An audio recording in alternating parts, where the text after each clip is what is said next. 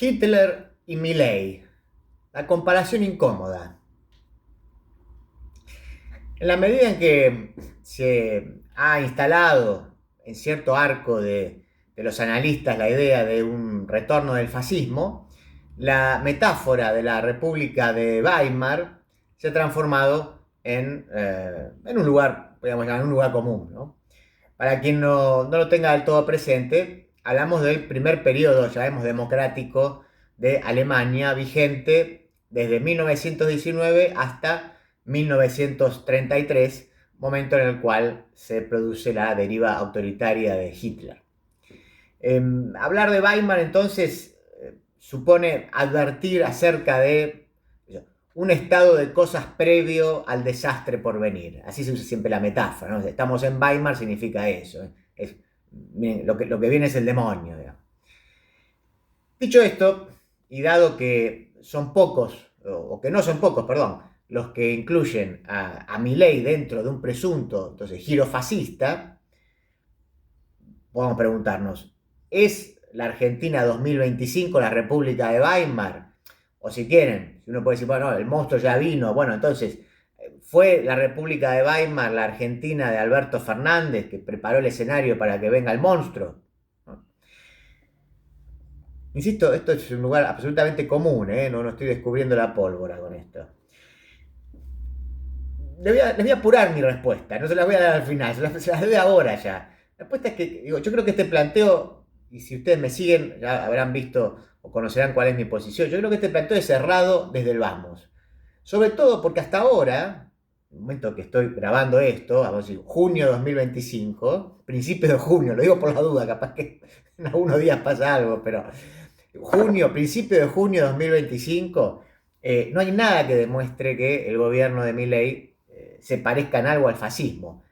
Salvo que alguien interprete que ser fascistas, no sé, es hacer recortes presupuestarios, insultar periodistas, oponerse a políticas progresistas y estar, vamos a decirlo así, involucrado con el episodio de una presunta criptoestafa que deberá aclarar en la justicia llegado al debido momento, ¿no?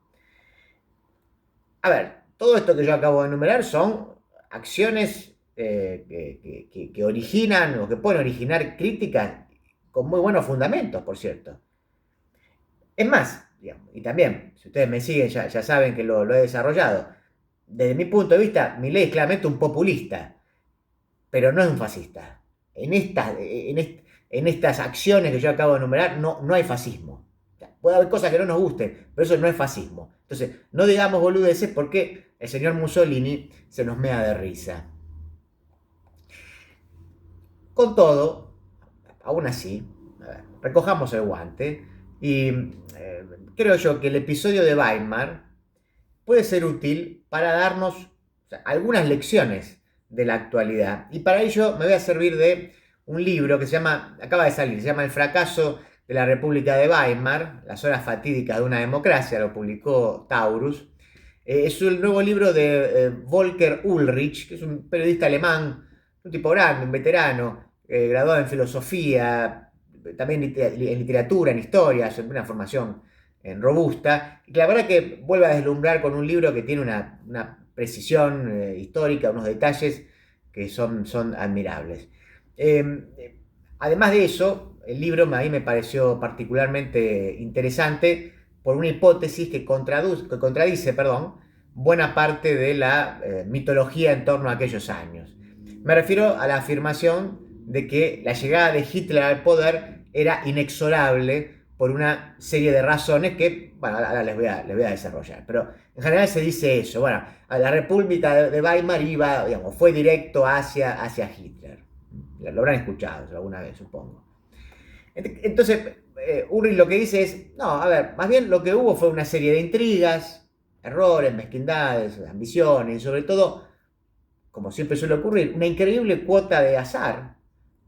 Esto es una serie de elementos que no siempre son tenidos en cuenta por aquellos que pretenden encontrar en la historia siempre, bueno, linealidades y lo que se suele llamar necesidad, ¿no? Que las cosas tienen que ser de una única manera. Ahora bien, ¿por qué fracasó la República de Weimar? Bueno, los historiadores, se ha trabajado mucho el tema, obviamente, ofrecen distintos puntos de vista. Yo les menciono algunos.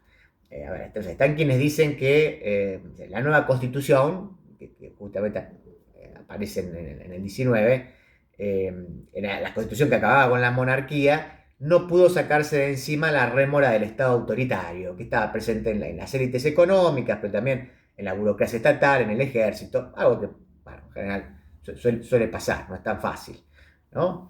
O también están los que cargan las culpas sobre, esta que ya es la opinión más conocida, sobre la humillación y la pesada carga económica que significó, ustedes saben, el Tratado de Versalles para los alemanes después de la Primera Guerra, ¿no? Y que fue un escenario propicio para la reacción de los ultranacionalistas, siempre con este discurso de, bueno, nos están humillando, lo que nos están haciendo, bueno, hay una reacción nacional. Estas no son las únicas opiniones. Hay otros que hacen énfasis en los defectos estructurales de la Constitución, en parte vinculado con algo que dijimos unas líneas atrás, pero específicamente en lo que es el famoso, entre comillas por lo menos, famoso artículo 48, ¿no? Que era el artículo que permitía disolver el Parlamento y suspender las garantías y derechos ciudadanos, entre otras cosas, ¿no? Y por supuesto, también no son pocos los que agregan la mezquindad y la miopía de los partidos y los sindicatos cuya intransigencia y división dejó la mesa servida a los sectores más radicalizados. Sobre ese artículo 48 hay mucho trabajado, estoy acordando de Carl Schmitt, pero bueno, porque ahí está la clave, ¿no? O sea, finalmente como el soberano es el que toma la decisión sobre el estado de excepción. Ulrich indica que todo eso ha sido cierto, todos estos aspectos que hemos mencionado, sí, que han mencionado otros historiadores, sí, han sido ciertos, pero que ni siquiera la unión de todos ellos nos dirigirían a pensar o nos llevarían a pensar en Hitler como el único desenlace posible. En el medio se perdieron decenas de oportunidades y el sendero de los hechos estuvo determinado por infinita cantidad de acciones. Por ejemplo, a pesar de los grandes cambios sociales que los socialdemócratas incluyeron en ese periodo de 1818-1819, menciono algunos, o sea, fin de la monarquía, libertad de expresión, también libertad de reunión, fin de la censura, sufragio universal para las mujeres, jornadas laborales de 8 horas, bueno, así, un montón de cosas. Digo, a pesar de eso, muchos dicen que no se avanzó lo suficiente contra ciertas prerrogativas del antiguo régimen, ¿no? Otra vez, si no quisieron, si no pudieron, si no les dio el equilibrio de fuerzas, si era mejor la república posible a la verdadera, bueno, todo eso es especulación, pero eso ocurrió. También se desaprovechó la oportunidad de sacar del medio a Hitler cuando, repelida su intentona golpista ya por el año 23, se permitió que la justicia, la hojita es un levantamiento, pero que la verdad que dura muy poco, te lo llevan puesto rápido, entonces termina enjuiciado, va preso, pero lo condenan a 5 años y a los meses además le dan libertad condicional. O sea, ahí se perdió una gran oportunidad. También, si los comunistas hubieran superado sus diferencias, el monárquico Paul von Hindenburg jamás hubiera llegado a presidente como lo hizo en 1925, ¿no? Primero había un presidente socialdemócrata, digamos, y después cambió a von Hindenburg a los 6 años, ¿no? Y ese es como un punto de inflexión, porque quien era el viejo mariscal del campo del Imperio Alemán, de una institución, incluso fue mucho más respetuoso de la Constitución de lo que se esperaba, y que también, es verdad, se negó hasta el final a entregarle el cargo de canciller a Hitler. Bueno, estuvo lejos también, hay que decirlo, de ser un republicano convencido, por lo menos, y no dudó en hacer uso de la potestad que le otorgaba la Constitución para suspender las garantías y disolver el Parlamento según las necesidades políticas. A propósito de Hindenburg, Ulrich recoge una frase de Theodor Lessing, el filósofo de la cultura, con la que se puede graficar tantísimos líderes y momentos de la historia argentina, así que déjenme leérsela. Dice: según Platón, los filósofos deberían ser los líderes del pueblo. No sería precisamente un filósofo el que estaría subiendo al trono con Hindenburg. Más bien sería solo un símbolo representativo, es un signo de interrogación, un cero. Uno podría decir, dice, mejor un cero que un Nerón. Toda la historia muestra, por desgracia, que siempre detrás de un cero, se oculta un Nerón. Fabulosa, fabulosa la frase. Póngale después usted el nombre propio, ¿no? Bueno, volviendo a la cuestión de las oportunidades, fue la ruptura de la coalición entre el centro y los socialdemócratas allá por 1930 lo que abrió, dice Ulrich, la última puerta y allanó el camino a lo que sucedería 3 años más tarde, en el 33, después de varias conspiraciones, ¿no? Intrigas palaciegas, donde ahí intervino el ex canciller von Papen, ¿no? Que a su vez estaba sediento de venganza porque lo habían desplazado. Bueno, él acuerda con Hitler formar parte de su gobierno y lo convence a Hindenburg para que finalmente designa al Führer como nuevo canciller. Y este punto es a tener en cuenta porque, si bien es cierto que Hitler fue el más votado, sus votos nunca se acercaron ni por asomo, diría yo, a ese 50+1 que hacía falta para formar gobierno sin depender de coaliciones, ¿no? De hecho, ni siquiera siendo el más votado, que lo fue, y ni siquiera en esas condiciones tuvo la aprobación de von Hindenburg. Hubo varias elecciones, ¿no? Ahí una sacó 33, otra sacó 37, ahí, pero nunca superó, ese límite. Pero digo, ni en esas condiciones, ni siendo el más votado, había logrado convencerlo a von Hindenburg porque sospechaba de él. Por último, el episodio inflacionario, no lo había mencionado, pero que también suele señalarse.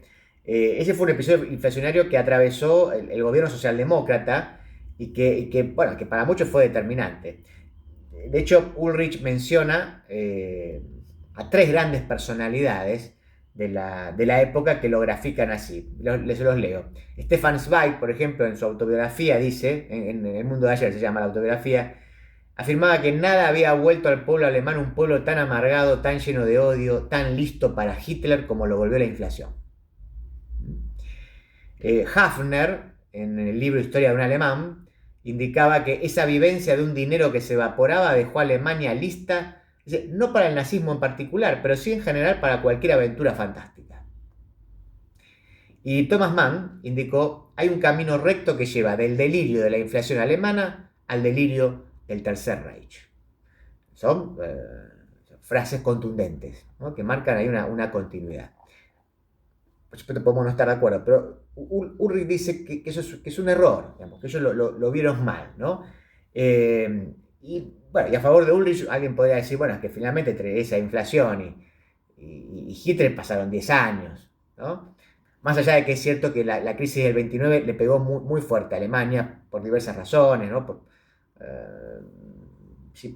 los capitales que tenían préstamos con Alemania, o sea, como fue afectado a Estados Unidos, eso repercutió en Alemania. Más allá de eso, y que naturalmente la crisis económica con mucha juventud sin trabajo, etcétera, eso también era la carne de cañón para el auge nacionalista, pero la inflación en sí misma había sido superada. Por supuesto, ahora si volvemos a la metáfora o a la comparación, bueno, en la Argentina la respuesta en las urnas a las inflaciones altas no fue el fascismo, sino el apoyo a gobiernos que emplearan ajustes y que la controlaran. Estoy pensando en Menem, obviamente, y estoy pensando ahora en Milei. Sin llegar a concluir que la inflación crea monstruos, sí podría decirse que al menos hace a la sociedad más permisiva al momento de aceptar políticas de shocks, porque, bueno, todo argentino lo sabe, no hay nada peor que el dinero, ¿sí?, perdiendo el valor día tras día, lo sabemos. Esto sea con la hiperinflación de Menem, con la de Alfonsín, con la que después también tuvo ahí su réplica con Menem, o sea la de Alberto Fernández, que no fue una hiper, pero más de 200% en un año. Fue terrible, ¿no?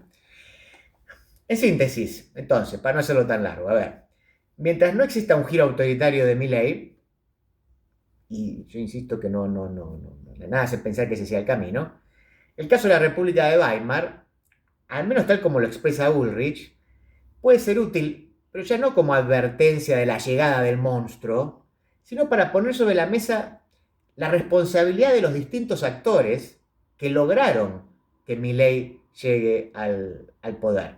Y el modo en que las acciones de estos actores podrían haber cambiado la historia. Esa es una comparación mucho más incómoda que la torpemente falsa comparación entre Hitler y Milei, ¿no? Es decir, la comparación entre los actores que posibilitaron la llegada de Milei, que no es Hitler. Naturalmente es una tontería equiparar, no sé, las intrigas palaciegas de von Papen operándolo a von Hindenburg con las internas a cielo abierto que paralizaron al gobierno del Frente de Todos. Boludeces no. Pero sí es cierto que Milei llega por una casi imposible de rastrear, casi efecto mariposa, si quieren, digamos, cadena de errores, mezquindades y cálculos, yo diría malos cálculos políticos de sus adversarios. A ver, no, otra vez, insisto, es infinita la cantidad, no sé, entonces no quiero enumerar en detalle, y para no irnos hasta el 2001, o incluso retroceder para comprender qué originó el estallido del 2001, vamos a la historia más o menos cercana de los últimos 10 años, ¿eh? O, sí, o casi 20 años, vamos a decirlo así. O sea, podemos ir a la crisis del 2008, donde se genera un parteaguas en la sociedad, para luego mencionar a Hugo Moyano, por ejemplo, a Massa, rompiendo el espacio kirchnerista, al boicot del propio gobierno kirchnerista a su candidato Scioli, a candidatearlo a Aníbal Fernández en la provincia, al desastre económico de Macri a partir del 2018, pero bueno, que se venía gestando, por supuesto, se venía gestando por los propios errores de Macri, ¿no? A la ya mencionada, si quieren, parálisis del gobierno que lo reemplazara, me refiero al gobierno de Alberto Fernández, entre la intransigencia de unos y la pusilanimidad de otros. Y por último, yo agregaría a la autodestrucción de Juntos por el Cambio en las últimas elecciones. Insisto, mencioné algunas cosas bastante a nivel general, ¿no? Y cada caso merecería una explicación y bueno, tener sus justificaciones o no. Pero en todo caso me centré en a ver, lo que podría considerarse errores no forzados, para no incluir ahí, bueno, el modo en que los adversarios políticos jugaron su propio partido. Estoy pensando ahí, me parece, especialmente en lo que fue el gobierno de Cristina, donde hubo una oposición que fue muy, muy brava, digamos, ¿no? Para ser generoso, ¿no? Eh, un poco republicana, digamos, ¿no? En fin.